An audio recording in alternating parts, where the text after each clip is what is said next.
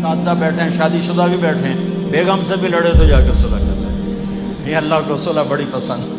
یہ صلح اللہ کو ایسی پسند ہے کہ اگر دونوں میاں بیوی لڑ کے صلح کر لیں تو پچھلی زندگی کے سارے گناہ اللہ معاف کر دیتا ہے. اللہ اتنا خوش ہوتا ہے. اور سب سے اعلیٰ درجے کا مسلمان ہو جو بیوی سے اچھا سلوک کرتا ہو.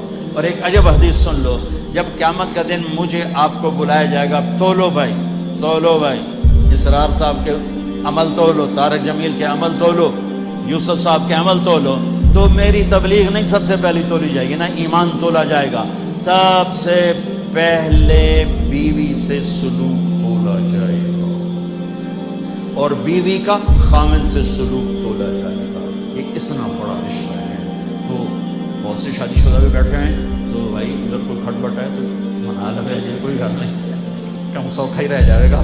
اظہار محبت کرو رشتوں، ماں سے اظہار محبت کرو، ماں کی خدمت کرو، باپ سے اظہار محبت کرو، بھائی سے، بہن سے. اور خاص طور پر بیوی ایک ایسا رشتہ ہے کہ یہ محبت کا اظہار نہ ہو تو اس میں پھیکا پڑ جاتا ہے. باقی رشتے تو ٹوٹتے نہیں، یہ ٹوٹ جاتا ہے. اسے توڑنے سے بچانے کے لیے ضروری ہے اظہار محبت. اپنے نبی کی حدیث سنو، تم بھی گم ہو جاؤ گے، میں بھی گم ہو گیا تھا. عائشہ، مجھے جب سے پتہ چلا ہے کہ جنت میں بھی میری بیوی تو ہے تو میرے لیے مرنا ہی آسان ہو گیا. پر تمہیں اپنے نبی کے الفاظ سنا، یا عائشہ انہ لیہون علی الموت ان اریتک زوجتی فی الجنہ، رواہ الطبرانی.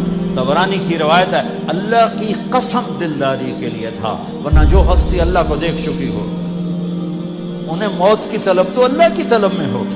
یہ گھر کیسے چلانا ہے. اس لیے عائشہ، جب سے مجھے پتہ چلا کہ جنت میں بھی تو میری بیگم ہے تو مجھے تو مرنا ہی سوکھا ہوگا.